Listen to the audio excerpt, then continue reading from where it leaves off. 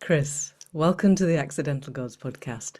How are you and where are you this slightly grey December day over here, but it might be lovely where you are. Hi, Amanda. It's a pleasure to be here with you. I'm speaking to you from Weaverville, North Carolina, which is just outside of Asheville, North Carolina. There we go. And it's a sunny day here. It's going to be a lovely afternoon in the mid 40s. Wow. Okay, now I have weather envy, but hey, you're in a swing state, which at some point we might get onto. That must have been quite Yeah. entertaining for a brief period of time. Let's not go there. It's too Yeah. painful. All right, so you've written a number of books. You've had a very inspiring life. And my projection onto you, which I am almost certain is not true, is that you have the answers to life, the universe, and everything. So we'll lay that one to bed as it's my projection and you don't see it that way, just so it's Yep. clear Yep. and we're there. Yep. And from where you are, what is most alive for you at this inflection point of humanity? Well, we've just gone through an election in our country, which was for the liberal side of the continent, like me. It was very disappointing and very upsetting what's happening in politics in my country and in many countries around the world. This whole movement to the conservative right is very much of concern, especially since they are denying fundamental facts that are critically important for humanity to address. First and foremost is the fact of global climate change.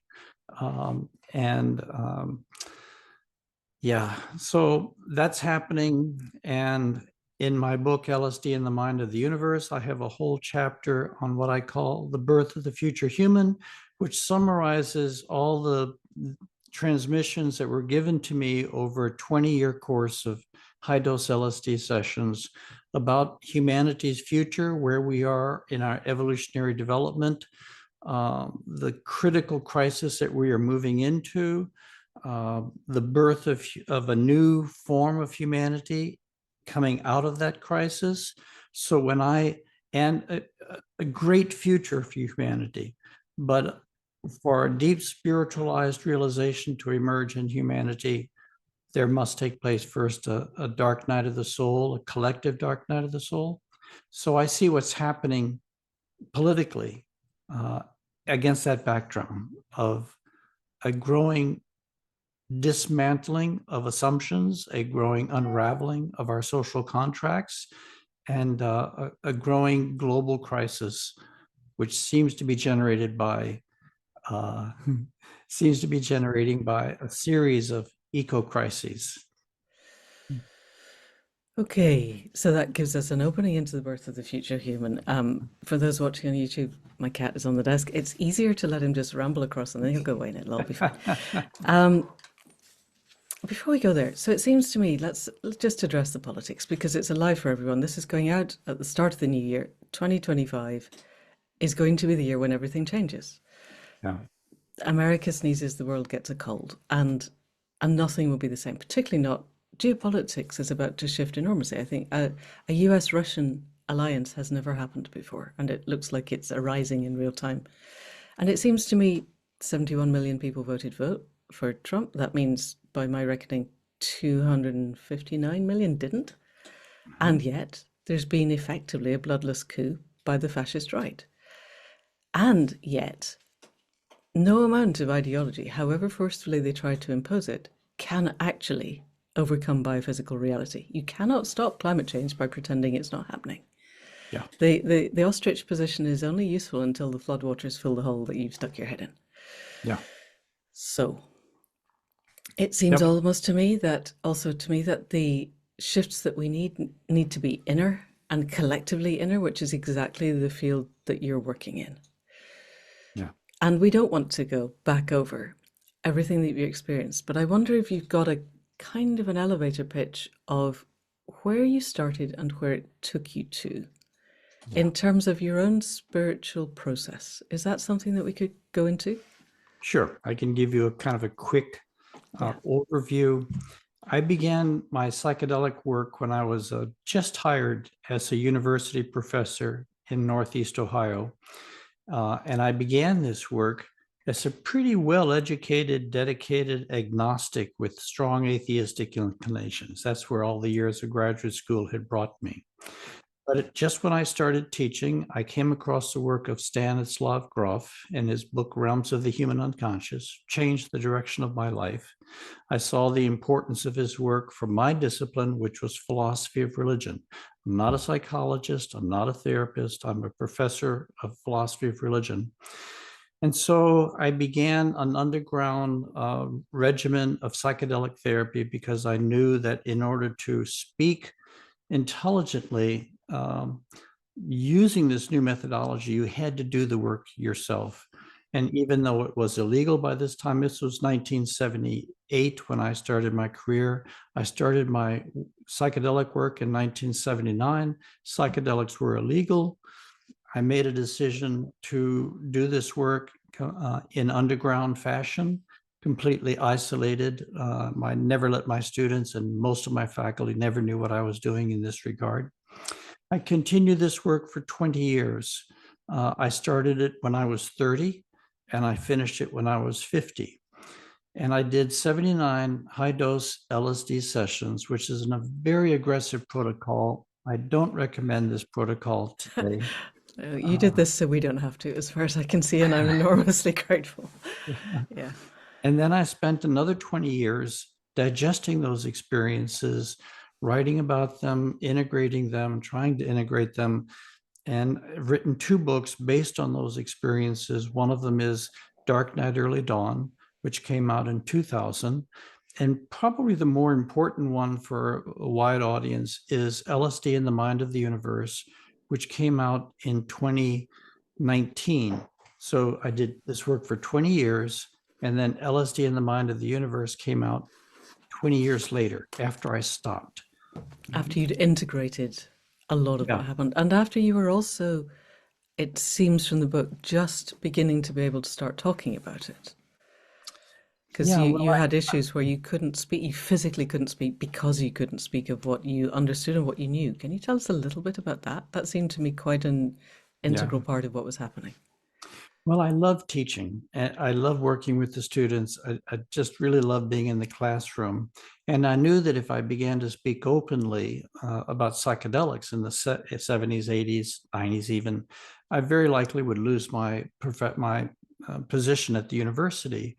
And so I could not speak openly about my work. I mean, I spoke indirectly by teaching courses on psychedelic therapy and Stan Grof's work and other people's research, but I wasn't able to own my experiences publicly at my university until the very, very tail end of my career.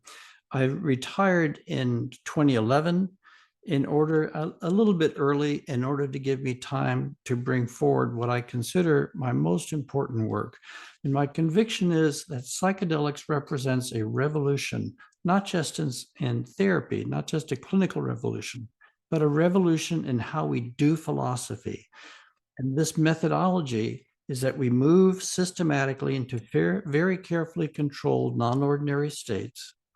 We experience them as consciously as we can.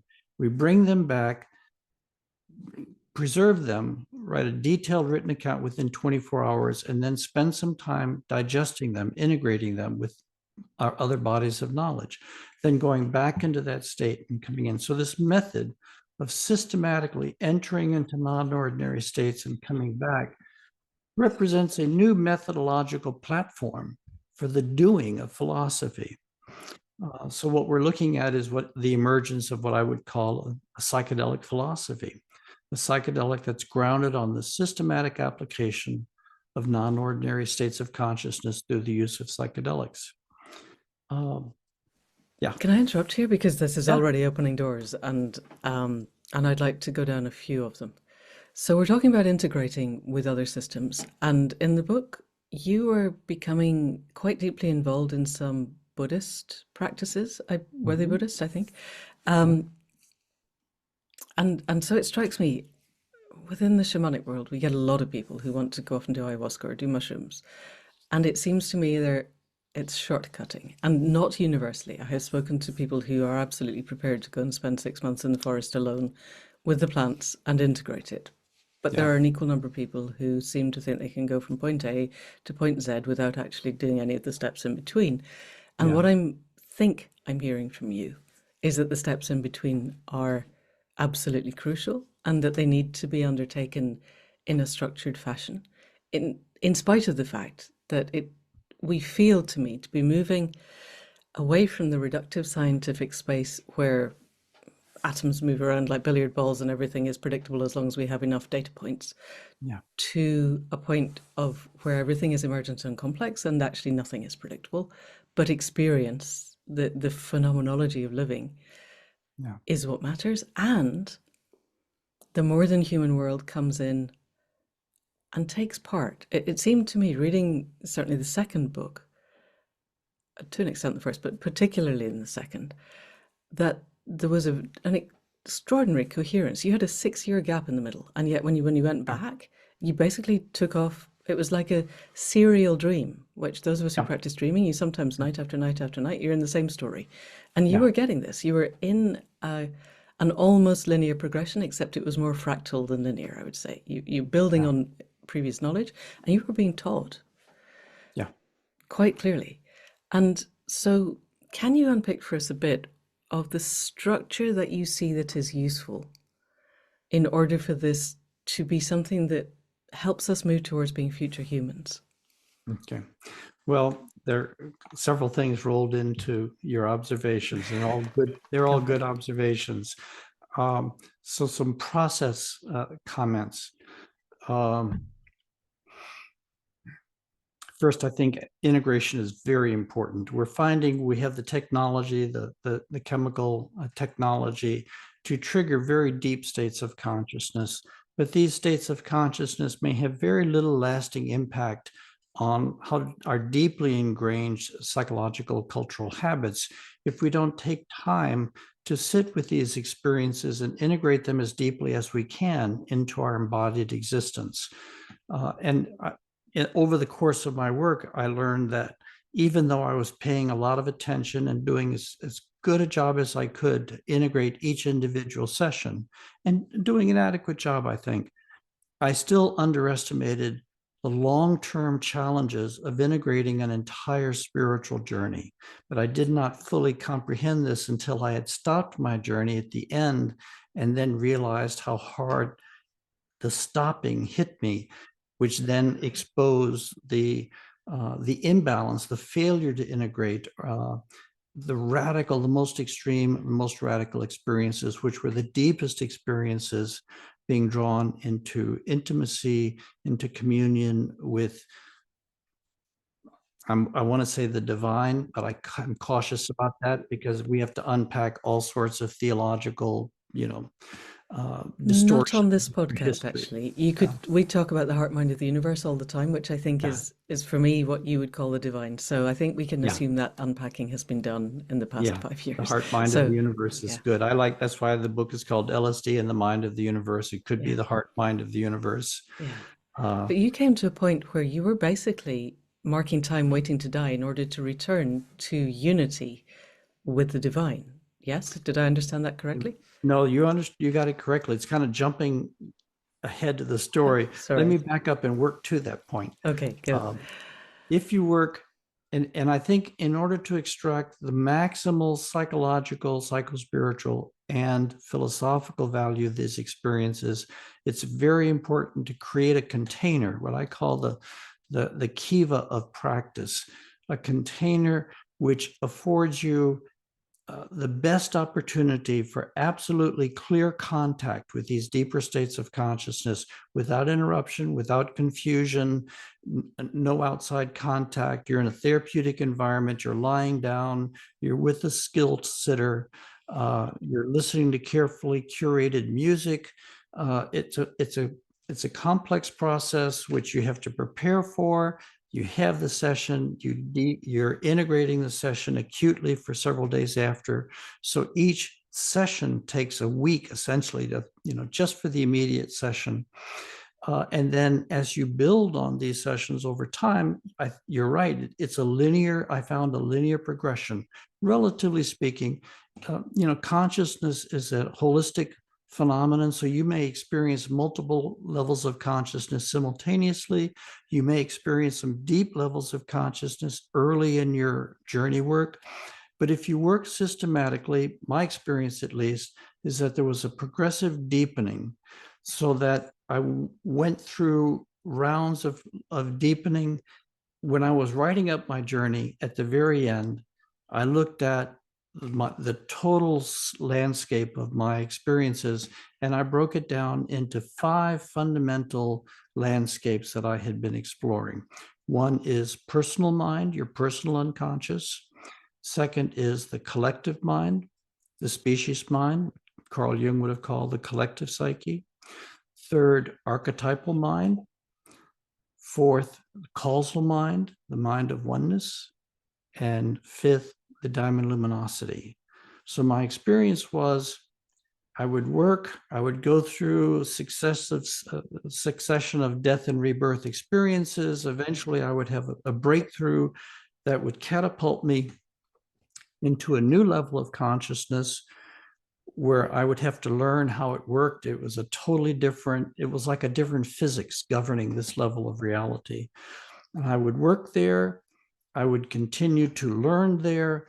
But in that process, I would go through more purification exercises, more episodes of death and rebirth that weren't simply repeating ego death, but were taking me into a deeper cycle of death and rebirth. And eventually that would culminate, and I would have a breakthrough into a completely different level of reality.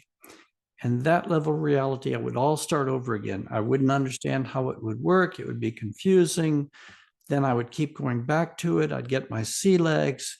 I would acclimate to it. My visionary experience would get clearer. And then I would go and get propelled into another level of reality. And when I was in the middle of the deepest level, I went into the diamond luminosity. I had an experience in which I had an experience of a level of light beyond the diamond luminosity, and a ray of light came out of that reality, hit me, shattered me. And what it taught me was it's an infinite progression. I had thought in the beginning it was a matter of becoming one with God or getting to the metacosmic void stage of work. But what I found is that there are many, many levels of God. There are many levels even of the primal void. That's an infinite progression. You'll never reach the end of it, even using as powerful a protocol as high-dose LSD work. And that really is one of the things that shifted my entire orientation, because if I were doing it over again, I would be much gentler with myself. I would use lower doses. I would balance and vary the psychedelic that I was using, because I've learned that the goal of the work is not to get to some end stage or end point, which would, change your life forever.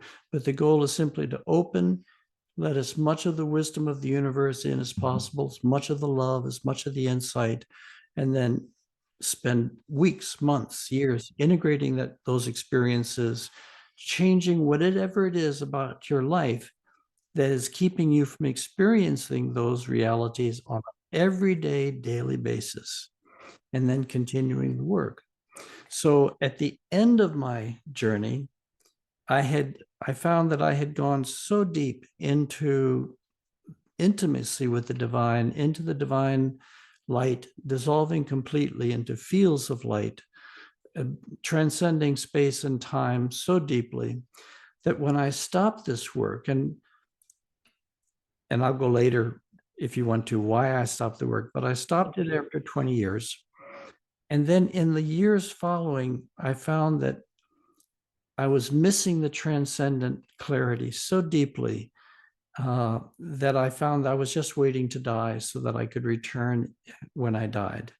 And after reflecting on this for a long period of time, I began to realize something's not right. This is not the way this work is supposed to end. It's not healthy. And I spent a lot of time then studying my work to try to find out where I had gone wrong.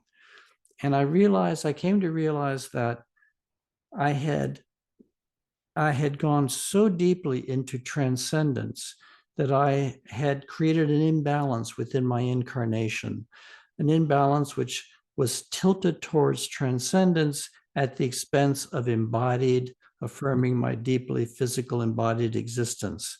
And both of these are two fundamental truths. We are always tapped into transcendence. We're always tapped into the physical world.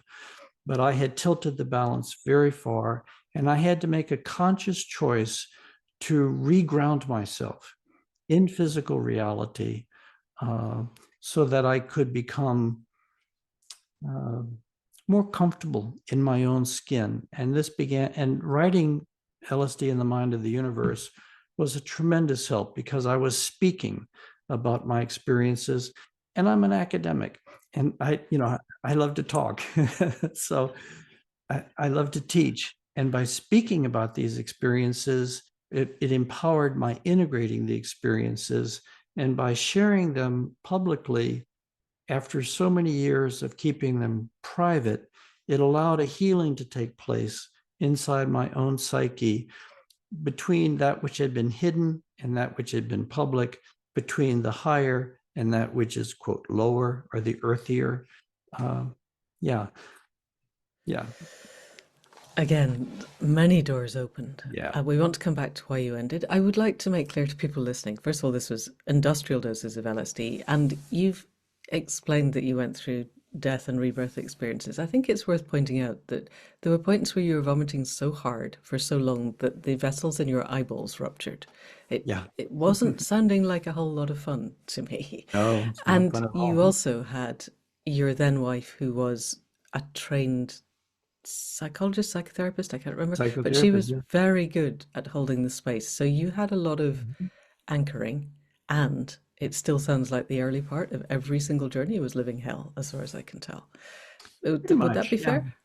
Yeah. Yeah, it's what I discovered eventually, that there's a purification cycle. And early, traditionally, we would call it the death rebirth cycle. But we often think of death as something that happens to us one time. And a lot of the therapeutic literature in psychedelic work circles focuses on ego death, which is, for me, is only the first round. And what I learned later, after you've died many times in this process, I mean, completely loss of control, metaphysical confusion, just complete surrender to overwhelming metaphysical waterfalls. Uh, you learn that first, you cannot die. It's impossible to die. The form that you are can die. The structure of life as you have known it can be extinguished, but the inner essence of your being always reemerges. The phoenix always rises. And in that process, I also learned that death, what we experience as death, is actually an extremely intense form of purification. When your purification reaches so deeply that it reaches into the fundamental assumptions that structure your experience of reality, then death has returned to grace you. Right? So it's purification, breakthrough, experiencing a deeper state. And if you want to stop at that level, it's perfectly fine. Different people use different psychedelics, different modalities, have different powers. And some psychedelics only have sufficient power to reach certain levels. Happened that the method that I was using, the substance I was using, was so powerful, it had the power to keep breaking me through level after level in this systematic fashion. Um, yeah, yeah, And did you choose LSD because of Stan Grof, and it was the thing back in the 70s? That, I suppose that's a head mind question, but my spirit mind question is, you could have done a lot of different things. Ayahuasca wasn't around much, but mushrooms were. There were other things that were there. Do you yeah. think that whatever it is that guides you through this incarnation led you to that? Because you said you wouldn't do it again now, but you wouldn't be who you are now if you hadn't Yeah. gone through the There's the kind of paradox. Yeah. the military the military version of completely Yeah. destroying yourself many times. Can you speak to that? Well, to understand why I chose LSD, you have to go back to 1979, 1980. Ayahuasca was still not yet on the playing field for the most part, just early. Mushrooms certainly were. I understood LSD to be more powerful than mushrooms. So the primary reason, though, is that My work was based upon Stan Grof's work, and I trusted Stan. I trusted his research, and Stan did most of his work with LSD. So that's where I dug in. I dug in there.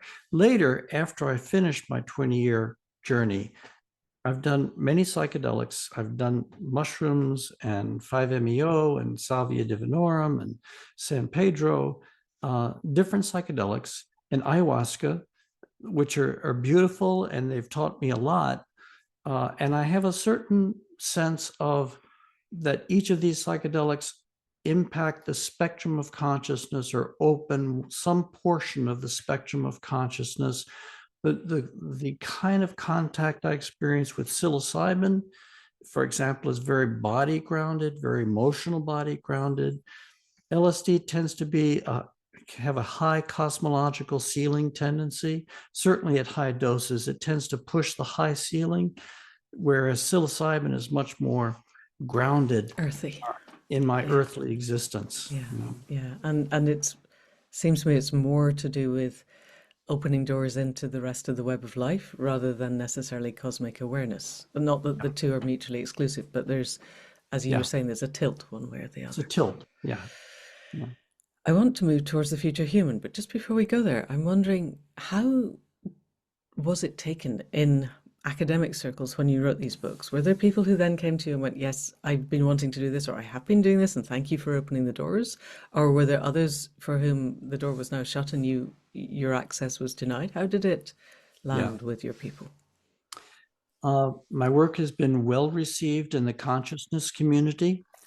And in the academic community, they don't even know I exist for the most part. It's been ignored. There hasn't been a single professional review published of Wow. my work out of a hardcore academic philosophy journal or religious studies journal. But you must There've have been none. friends who could publish in those journals. You must have ways into that if people wanted to. Is it just not worth their career to do that? One of the things I decided early on in my career was not to try to address the reservations which were abundantly clear to me coming out of the traditional academic mindset. I decided that if I tried to justify the method and justify the experiences to my colleagues, it would hamper me, it would Yeah, hold me back. okay. I just decided to push deeply ahead and let the chips fall where they may. And and I understand how exotic, how strange my claims are, how they sound to people raised, educated in a traditional environment. And I've just decided to let that go and let history sort things out. I am acutely aware that I'm writing not for my present generation. I'm writing for future generations who will, you know, Yeah, yeah. paradigm change take place in evolutionary context. And so I'm just doing the work and letting other people sort out what they Okay. think it's worth All down the right. road. And with any luck, I would have given my eye teeth to be one of your students. And it sounds like there are particularly, we touched on the earlier moments when you were having what we would now consider to be psychic experiences where you knew things that from non-ordinary reality, not when you were on the Yeah. LSD, but just when you were teaching. Yeah. And then you had to hold them in because if you said something, it was basically going to blow everybody's fuses and they were going to wonder how you knew it. And Yeah. you couldn't explain how you knew it. But those students, I am thinking, have been in the field of your awareness at a point when you are Yeah. experiencing, have begun to see the world in a different space. So with any luck, Yeah. they'll go off and change Yeah. the world. Well, So, I'll tell you one aspect about that okay. particular. I never let my students know that I was doing this work, but I began to find that even though they didn't know about my psychedelic work, they began to have experiences which were moving, showing that they were being impacted by my psychedelic work. And secondly, my work was changing me at a deep structural level so that my person became a lightning rod that was sparking transformational insights or breakthroughs among my students without me consciously intending it. I began, when I would be lecturing I was drawing into my lecture examples which were purely random for me, but the examples I was being told were actually exactly the same thing that had been happening to my students that week. And the things I was saying began to touch them in very, very deep, personal, intimate places, places they were wounded, places they were blocked from going forward. This became such a common feature of my work that eventually I spent a lot of time studying this and developing an entirely new way of teaching to take into account the truths that I was discovering in the classroom and in my psychedelic work that revolved around the boundaryless nature of consciousness, fields of consciousness, that fields develop in groups. There's an energetic resonance which happens underneath the verbal exchange of ideas as a consciousness directly engaging consciousness.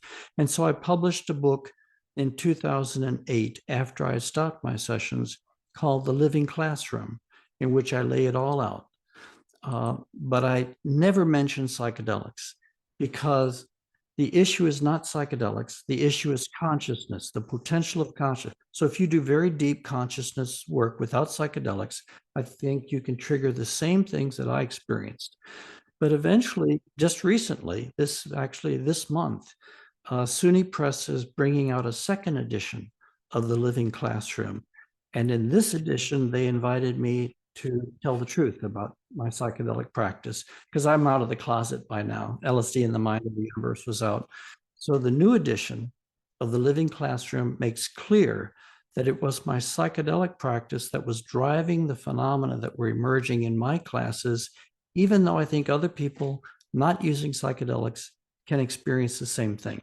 So that's a whole nother another aspect that has to do with integration, because integration here means taking care not only of yourself, but taking care of anyone whom your practice touches, which for me included many of my students. And 1/3 of the book is just essays that my students have written, very deep essays, personal essays about their own spiritual experiences, their experience of death. That's a beautiful section of the book. Right. I will find that and put a link in the show notes. And you were still teaching the philosophy of religion at this point. You hadn't branched out into other things. Is that right? Yeah, I was teaching classically religious studies courses, introduction to world religions, Eastern religions, Buddhism, psychology of religion, Right. mysticism and meditation, Right. classic curriculum Gosh, I wish they were the classic curriculum when I went through. But with a twist. my senior apprentice and I don't work with psychedelics, but we teach shamanic studies, and I Mhm. found even when I'm talking about the book in front of a literary festival that you know, basically full of ordinary middle class people who'd come along and had nothing better to do and wanted to get out of the rain, as far as I can tell. And you end up drawing in examples that seem to come out of nowhere, and then someone goes, "Oh, you just mentioned Boston and something about streets in Boston about which I know precisely nothing. I come Yeah, from Boston, and the streets are just like that." yeah, So I'm sure that what you said is absolutely true. And at a deeper level, when we're teaching a held circle, then the yeah, resonances move across the circle. But becoming aware of these such that everyone in the circle is engaging with that strikes me yeah, as a step towards future humanism. It yeah. we're I think, we're becoming conscious of the things that can help us to be yeah. different humans. Once you In understand how fields work, and once you develop a protocol that maximizes the potential of the emergence of these consciousness changing fields within groups, then you do it in a way that accelerates, it deepens not only the learning experience, but it accelerates the transformational value of these exercises for everyone involved. And this applies not just to university courses, it applies in research laboratories, in boardrooms, wherever citizens gather in sustained conversations, which is where most of our change takes place, in dialogue with other human beings. And so this is very relevant to um, the where we're challenges at. we're moving into. Yeah. Yes, so let's go there. So let's lay out where I think roughly we're at, and you can tell me, because you live in the US and I'm just watching it with kind of squinched up eyes from across the water, waiting for it to come over here. You know, Musk has already said he's going to basically buy the next election, and we have always had the best democracy money could buy. So Yeah. unless we can change the democratic process, that's it. Yeah. So Musk owns Starlink. I've been floating across Substack watching some very interesting, very geeky people pointing out how he managed to steal the election and how the numbers don't add up. But, you know, if you're going to feed everything through Starlink, the person who owns the Starlink can make it say what they want it to say. You Mhm. and I are talking across many thousands of miles Yeah. using technology that, in the end, is basically owned by an individual Yeah. who might be very interesting, but I don't necessarily want them knowing everything that I think and do. So it Yeah. seems to me that evolution only happens under moments of intense pressure. I would like this moment not to become any more intensely pressurized. Probably will, but yeah, this is as much as I ever want. Yeah. Therefore, can we evolve our consciousness to Yeah. become future humans? And it seems to me that you have a doorway and a framework and a concept within which that could happen. How does that land with you? That all aligns fine, and I think you're absolutely correct. I'm not sure that I have a doorway that I would recommend as such, but I do think that psychedelics have entered our historical scene at precisely a time when we need more awareness. We need it for therapeutic processes. We need it for political processes. We need to wake up and grow. And so I think it's historically important. And there are thousands and thousands of people working conscientiously, not superficially, but very conscientiously working with psychedelics in order to heal the accumulated trauma of many lifetimes, and to open up a deeper communion with the intelligence that resides within the universe, to help us make a transition from a mechanical dead universe of dead matter to a living universe that's alive at its core, that's expressing its intentionality through the quantum jumps that take place in our evolutionary journey. And I think we are coming into a quantum jump right now. In a nutshell, well, let me back up a sec. This chapter, The Birth of the Future Human, and everything that it contains is completely came into my work by complete surprise. I thought of myself doing the work I was doing for personal transformation, personal healing, maybe even personal enlightenment. But what happened is that the method was so powerful, it pushed beyond all those categories. And I had to reframe my understanding of the boundaries of conscientious psychedelic work in a way that dropped the model of personal transformation and opened up into a model of collective transformation. I had years and years of experiences where the shadow that I was engaging was not my personal shadow. I did that work, but this was a collective shadow. The pain and the excruciating suffering that I was processing had to do with the pain of my entire species. And there's that I came to understand that there is a collective psyche that holds the trauma of humanity's history, just as our individual psyche holds the trauma of our individual history. And this collective trauma and collective pain encumbers the free functioning of the collective psyche, just as our individual trauma encumbers our individual health and well-being. So by doing this work, I began to understand that something in the universe was using my sessions to make a small contribution to healing the collective psyche in order to make it more available to the influx of energy from divine consciousness, to allow it to manifest more completely in humanity. Now, Right, that bit. Can you just say that again? Because I think that's really important. It's not that it's that opening of the door to something that's trying to come in. Is that what I yeah, just heard you say? Can you just repeat that? Because I think that needs emphasizing. I think we are living at a time of ascending spiritual energy. It's almost like there's an influx of higher light energy, spiritual energy pushing in on us. And our the pain of our history, the karma of our narrowness, of our smallness, of our trying to live within a framework of individual ego at cost of anyone else's well-being, keeps us locked away, insensitive to this incoming light. And as in any mystical development, before there is a breakthrough into non-dual or unitive consciousness, there is a dark night of the soul where you have to undo, you have to let go of all of the obstacles, all the blocks. And I think this is happening at a collective level, not only inside intense psychedelic sessions, but everywhere. If you're doing past life therapy, many of the lives that come up to be cleansed, or not necessarily your personal former lives, but they can be lives within the system. Social movements to end child abuse, to end abuse of our daughters, to end racism, to end speciesism. These things are tackling, these movements are tackling pains which are much deeper than simply our personal pain. And the whole system is kind of straining against the burdens of the past in order to open itself to take in more powerfully the energy of our future, the light of our future. So in that context, in the middle of this work, I began to receive visions that were stable, they were consistent, and they stretched over several years. They were dropped into my sessions about where humanity is in its evolutionary journey, where it's going. And there was a message of we were coming into a time of radical, pivotal breakthrough, a before and after time, that the past would become quickly irrelevant because something fundamentally new was emerging.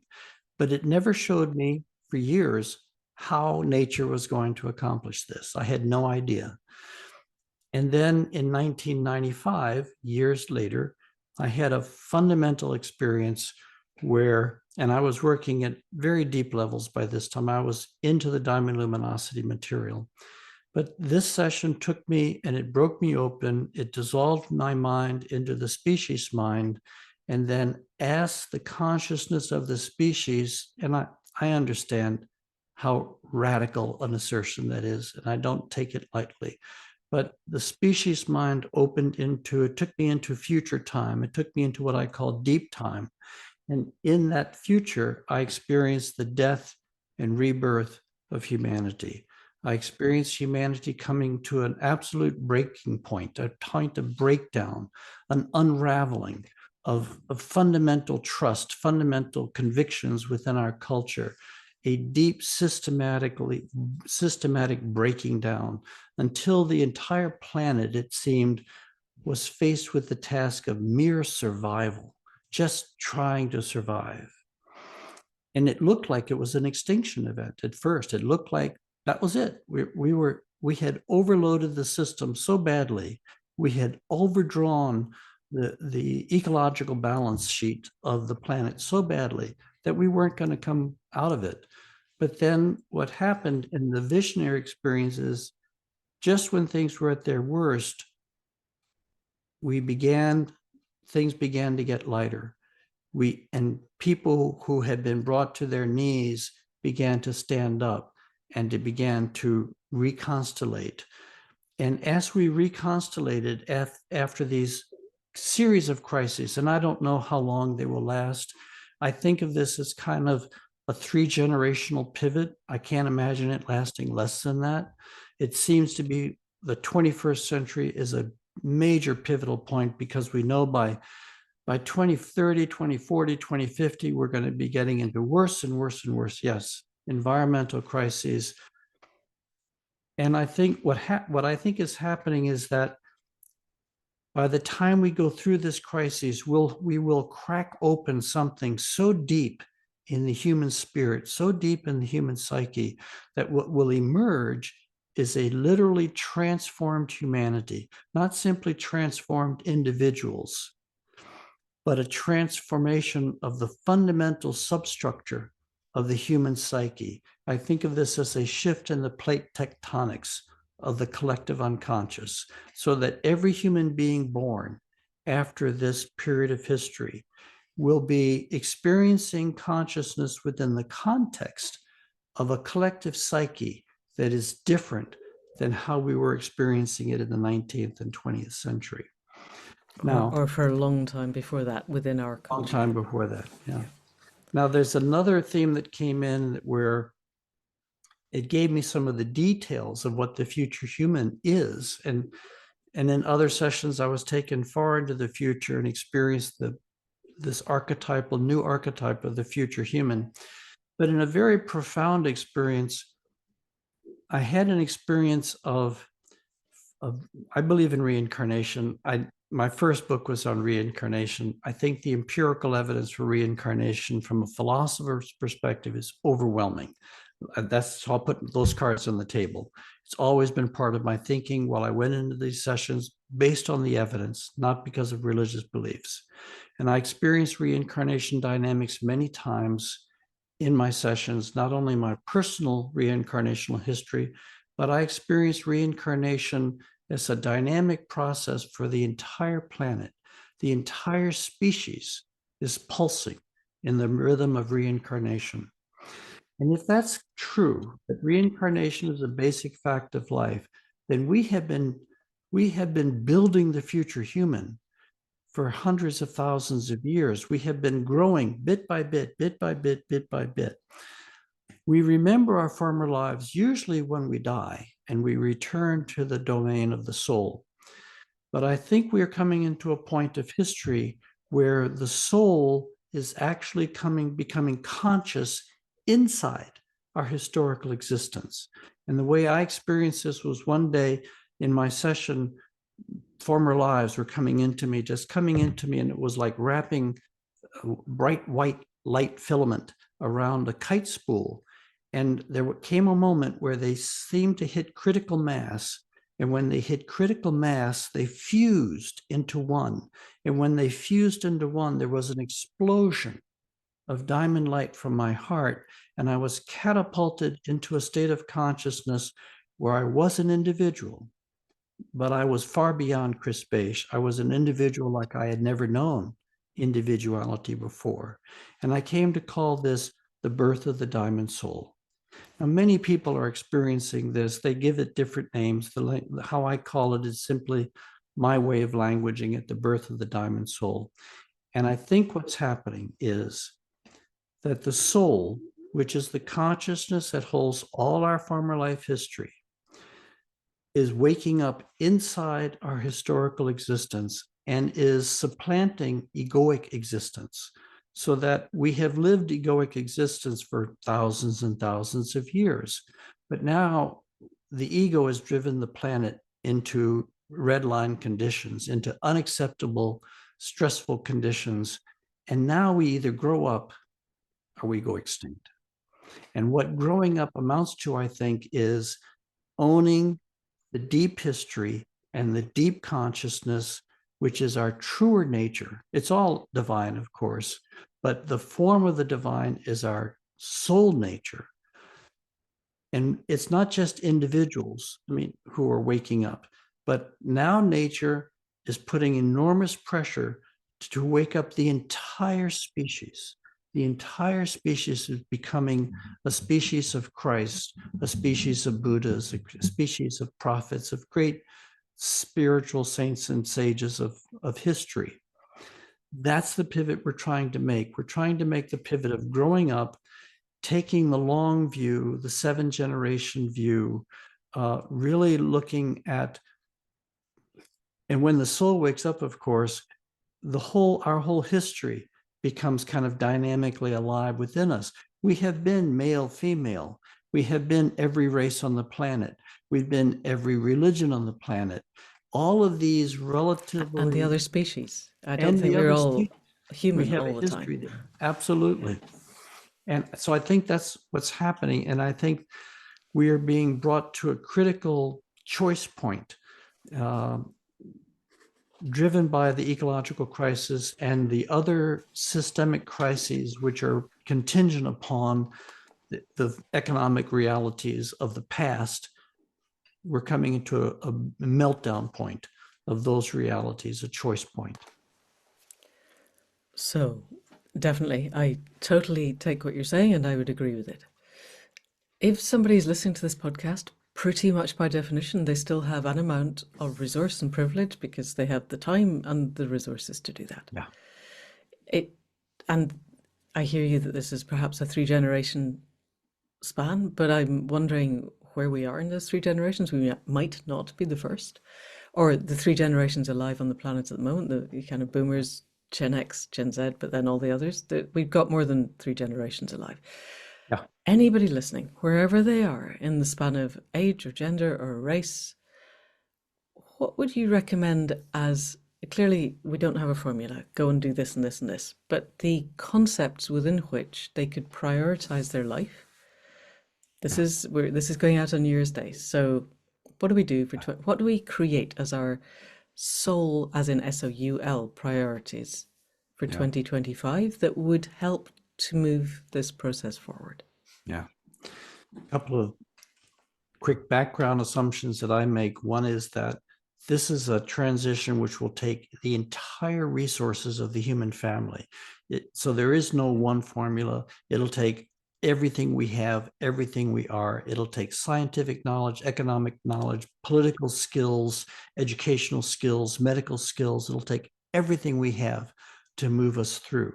Second thing is, my assumption is, and this is based upon years of studying the past life literature, that each one of us has chosen where and when to incarnate with a certain prevision of what we're getting into and what will be the dominant themes of that incarnation and the resources available within that incarnation, that this is part of our incarnational psychic makeup. And that means each one of us is already positioned by the soul, by our soul, to make a contribution to this transition that we are coming into. So it's not a matter of looking around outside of oneself or somewhere else. It's a matter of looking deeply into where we are, what we are. The key question is not so much, what can I do? The key question, I think, is, will we have the courage to do what is within my reach to do? That's the key question. If everybody does what is within their reach to do, we will make it through this. Now, going one step beyond that, there are many people, I think, who are giving us good, wise, elder advice on how to engage this moment in history, how to move it forward. Very simply put, I believe one of the ways to do this is to become what you believe the planet needs right now, to become it in your own personal life, to internalize the beliefs, the habits of mind, the generosity of heart, the clarity of our thinking, and our social skills and social community networks, to become what the planet needs. If you have a clear understanding of what the planet needs, and we begin to do that, then we become kind of a microcosm of the whole evolutionary pivot. And what is alive within us stimulates and activates what is the people around us who are struggling to do the same thing. So we're all in this together. Our arms are all interlinked. One cell awakens another cell. Right.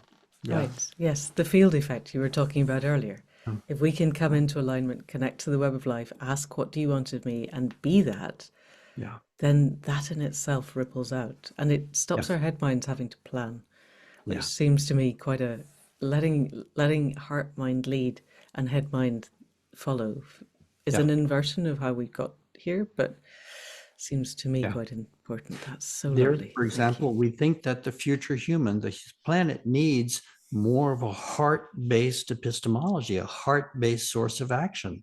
And so to put the heart mind kind of ahead of the mind, head mind, that's a reading of what's emerging, of what we need to do, right? Right. And our understanding may yet evolve. I wouldn't It's, say that's yeah, necessarily an endpoint, but it's a starting absolutely. place to move from here. This is, Yeah. Chris, I could Learning go with deep this forever. biomimicry, learning the rhythms of nature, learning what's alive and what's in the physical world, in the animal world, in the world of insects, everything around us. Yeah. Understanding how we have created imbalance, how we can restore systems, how to create harmony with those systems, how to learn from the engineering that nature has already accomplished through billions of years of evolution within those systems. So many ways. Yeah. And and I'm thinking healing the trauma. If Francis Weller is right and we are the trauma culture and the indigenous peoples are a more whole version of humanity, we have 10,000 years of ancestral trauma and potentially previous life trauma. And it Yeah. seems to me that I end up talking sometimes with people who are fixated on healing their ancestors. And I am increasingly feeling that if I can heal in the moment, Yeah. that ripples up and down the timeline, that time is not Yeah. necessarily one linear thing chucked into identical portions, but that Yeah. healing now, if I can become a fully realized human being, Yeah. that ripples to my parents and their parents and their parents all the way back down the Yeah. line. And I don't have Yeah. physical descendants, but down a spirit descendant line. And Yeah. that saves me feeling that I have to heal 10,000 years of ancestors, which is a big ask and quite Mm-hmm. demoralizing. How does that land? It lands well. Now, within a reincarnational framework, we add the rider that we were our ancestors. So we can think of our ancestors in this way. We were our ancestors. So when we're healing our ancestors, in part, we're healing our own lineage. But anybody worth their salt, any mother, any father worth their salt who sees a child which is not their own in need, in pain, actually reaches out to help heal that child. So healing, once you really immerse yourself in that process, the boundaries of healing expand. Uh, it, it that healing the trauma of ancestors, healing the traumas of your neighbors, healing the trauma of actually creating traumaless societies for our future children. It's it's all good work. It's all hard work, and it's the work of the hour, isn't it? Right. Yeah. And people, I have a suspicion, are going to be emailing me afterwards asking where they can get enough LSD to start on the process. Uh-huh. Read the book first, people, because Chris did things that the rest of us, I don't necessarily think we want to do. But psychedelics are big now. Is it your Yeah. belief that everyone should be within a structured and held way and with suitable reflection exploring psychedelics? Or is it that a critical mass does that and the effect rolls out to the rest of us? I don't think it's wise for everybody to have a value that everybody should try psychedelics, get into psychedelics. Psychedelics are basically amplifiers of consciousness. They amplify consciousness. What you do with those amplified states of awareness in those precious hours really determines the value, how you use them. You can use them recreationally. You can go to a Grateful Dead concert. You can talk with some friends, or you can use them to expose your shadow, to heal your shadow, and to move into deeper cosmological exploration. But many of us are carrying tensions within our psyche, which should not be amplified. And this, I mean, Carl Jung would listen to people's dreams on their first day when they came to work with them, and he wouldn't work with some people because he knew that they were not ready to undertake the depth of work that would emerge working with him. And I think this is true for psychedelics. There are some people who should, there are a lot of people who should not use psychedelics. The circumstances, the patterns of their consciousness currently, it's too strong a medicine. They need a gentler way in, slower way in. Uh, but among people who are, say, basically healthy, have a healthy psyche, who are not carrying Do you away know anyone who has a psychotic. healthy psyche? I know some who have a healthier psyche. Healthier, yes, yes. I'm Yeah, thinking of a lot of my friends who are just yeah. really wounded. Guys, I think a lot of people that I know have healthier psyches, but I think all of us are carrying quite Yeah. deep frozen And parts still. and if you're choose to work with psychedelics, I would say very controlled circumstances. You really want to batten down the hatches carefully before you set out into the deep water. Uh, very conscientious control of dose. First, purity of substance, because that's always an issue, and pure substance, because a lot of crap comes in what you get on the street. Yeah. Pure substances, careful containers, therapeutic structure, therapeutically monitored, structured experiences. Groups are, I don't think it's good to do what I did to work solo. Okay. It adds unnecessary burden. It's good to have a group Even though that you. you were held by the person who held you, you I weren't was completely held. solo. I was held by. I wasn't totally alone. I was held by my wife, Carol, who was a PhD psychologist. But it wasn't healthy in the sense that I didn't have a group that I could share my experiences with Right. beyond that inner circle. I Right. wasn't able to talk about it and to take in other people's experiences until way too far down the road. So, Sorry. ayahuasca communities, psilocybin communities where people can work, journey together, process together, be a mirror to each other, help Right. expose the shadow in their post-session personalities. Yeah. The greatest danger of working with psychedelics is psychic inflation. Right. You can think that because you've I had have a become God, and now I can yeah, tell you everything. Yeah. yeah, Yeah. Like exactly. that. Just because you've had a special experience, you think you're a special person, and that's just a big fallacy. Um, Yeah, there's a and groups few can be very. ayahuascaers in the incoming administration in the US, or at least not ayahuascaers, but people who have taken ayahuasca in the incoming administration in the US. And yeah, Yeah, I'm sure they're wonderful human beings, but yeah, they're a lot moving to fast learn. and breaking everything. Yeah, Yeah, and I think one of the things that I heard from an ayahuasquera who has spent very large amounts of time in the forest is that Western people tend to want to come in, do it, and go away again, yeah, and don't want to spend the weeks and months of really getting to know the plant yeah, and letting go of the ego. yeah. It's a process, not an It's a event, long and process. we're not And used to that in our culture. and let Yeah. me recommend a book on ayahuasca to your reader, to your audience, and that is Bill Barnard's book, published by Columbia University Press, which is Wow. insignificant. And his Yeah. book is Liquid Light. And Bill is a university professor at Southern Methodist University. He had several books under his belt. He's a very well recognized philosopher of religion. He has a book on William James, a book on Henri Bergson. But the book Liquid Light tells a story of years and years and years, decades of going down to South America, living in the Santi Daime community, working every sabbatical and every vacation with his Right. teachers there. And it's an analysis of the Santi Daime community, and it's also an analysis of his own experiences in the Santi Daime community. So it's another academic becoming Right. autobiographical without being trapped within his personal story.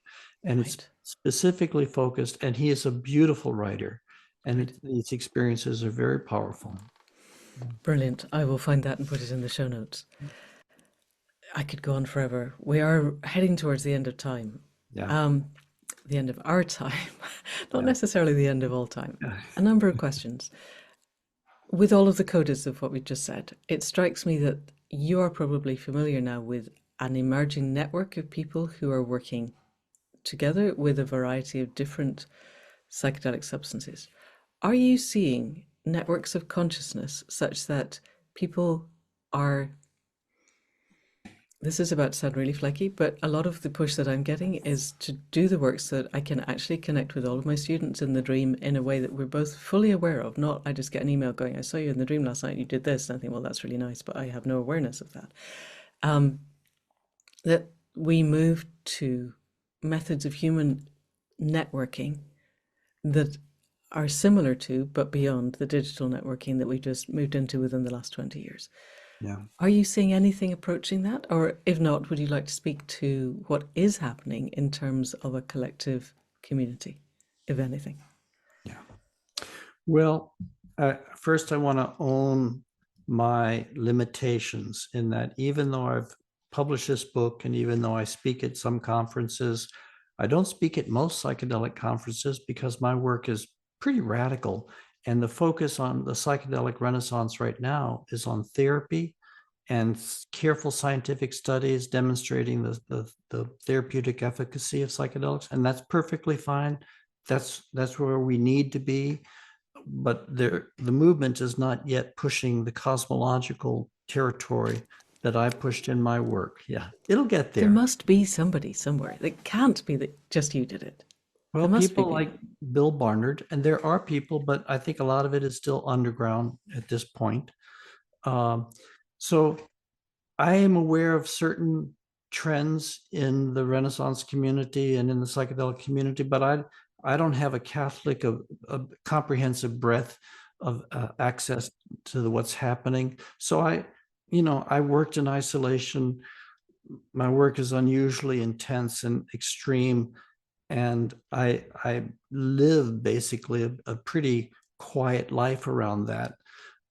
But what I do see, and there are some people doing, as you're describing, cultivating kind of communities of paranormal contact within the dream state, extended dreaming, doing different things. There are people who are working in meditation, trying to integrate psychedelics into meditation circles. Uh, there's a lot. There's a lot going on, a lot moving.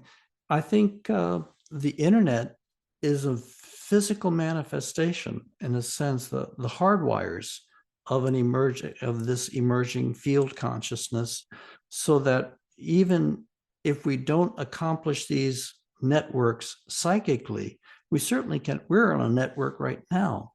This is a global network that we're part of. It Uh, is, but somebody could pull a plug on it tomorrow. You sure, know, if China or Russia or somebody decides to just switch it or monitor it such that it's not safe to say anything outside a certain narrow bandwidth, could be. it could vanish. The freedom that we have just now is not a given, I would say. Yeah, Whereas if we could talk to each other without needing the internet, it would be quite hard yeah. to interfere with that. It would be great. That the complication, of course, is the clarity of the transmission, the Yes. purity of the transmission, because the Yeah, personal psyche throws up all sorts of filters. Uh, sure does. yeah, Yeah. Ego gets in the way, basically. Head gets mind in the gets way. in the way. Yeah. Yeah. Okay. I think we never got to actually, you said, I'll come to it later, of why I stopped. Did you feel that you covered that? Did you want to cover that? If not, is there anything else that you feel we could usefully cover in the time that we've Well, got? that's actually might be a good place to wrap up some of the discussion, because it's relevant to where we might go.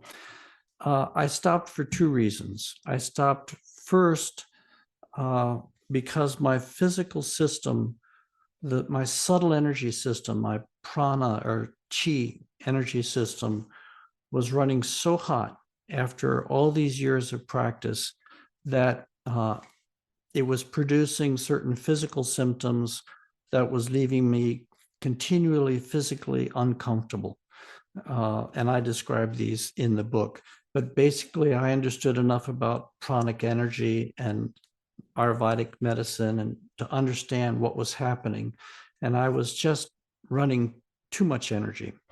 But that's not the major reason I stopped. The major reason I stopped was heartache.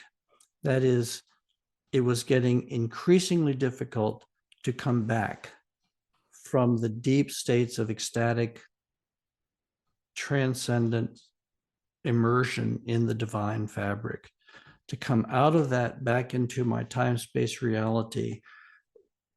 And there are great beings who are able to sustain those transcendental states in their time space personality. They are great masters, and truly all honor to the great masters. I'm not one of those beings.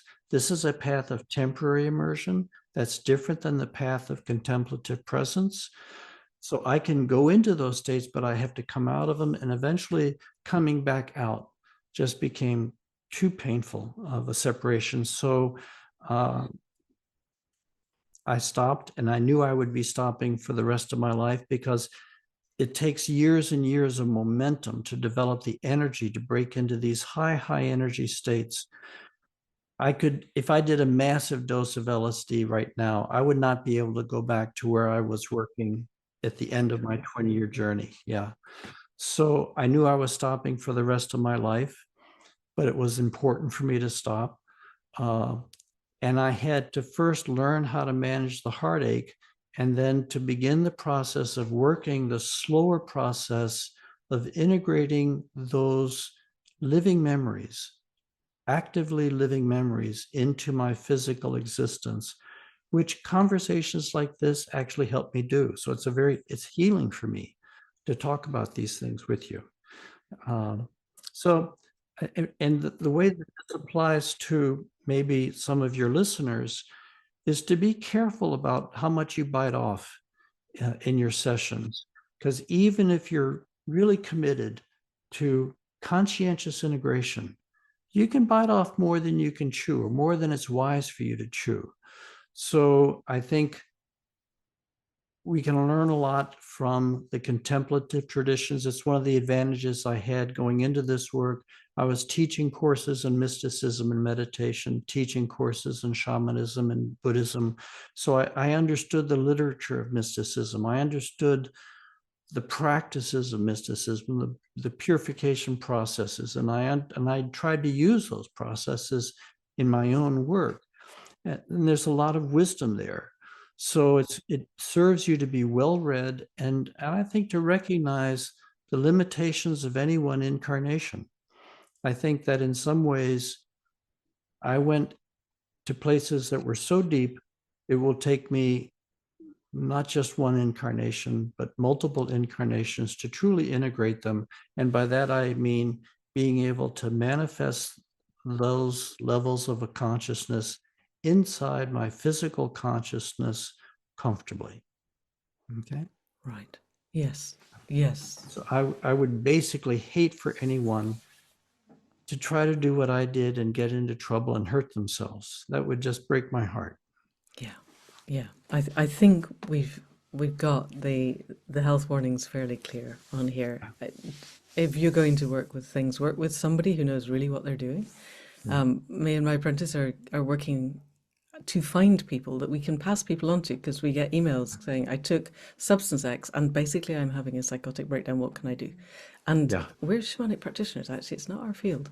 So we're Yeah. trying to pass this on to people who Yeah. can actually help, but they're few and far between, because there's a lot more people who think they can help than the Yeah. ones who can actually help. Yeah. So take great care. Test your people out before you decide to do something that is irreversible. I would say it's really clear. And Yeah. then do the work beforehand and do the work during and do the work after After. to Yeah. integrate and integrate Yeah. and integrate, and do it because you're doing it in service to life and not because you're trying to make your ego feel happy. Yeah. Strikes me as a quite important one. Have I missed anything out on the health Oh, I warning? think it's great. And if you do your work well, one of the things that happens is you lose all fear of death. Once you transition several times into that reality, you know in your bones from your own experience that death is not an end of anything. It's simply an end of an incarnational cycle. And there is absolutely nothing to fear about death. Death is homecoming. All of the Hollywood bullshit that are thrown up at us for, dark places and demons and ghosts and all this stuff is just nonsense. 99% of people die and make a transition into the light perfectly naturally and comfortably. If you are afraid of dying, you've got your entire metaphysics upside down. Mm, Death is homecoming. Death is the end of this matriculation. It's the yes. harvesting of your life. Birth should be mourned. Birth is where the work begins. It's like being a freshman in college. It's hard. Yeah. Graduation is wonderful.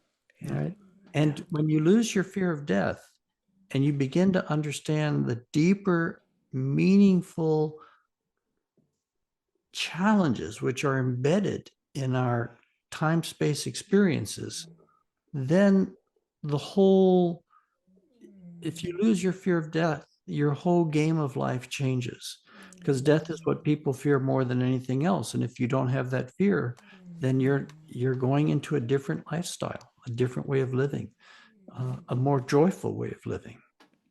Yes. Yes. Thank you. Thank you. That feels to me a fantastic place to end. Does that feel good to you? It feels good to me. All Yeah. right. In that case, Chris, thank you so much for coming on to the Accidental God podcast. This has been an absolute delight. I have enjoyed every moment. And Me I too. think what a way to start the year. Thank you. Thank you, Amanda. And thank you for your work. We need all of the awareness that we can bring to ourselves, and you are certainly bringing awareness to many people. Thank you. Thank you.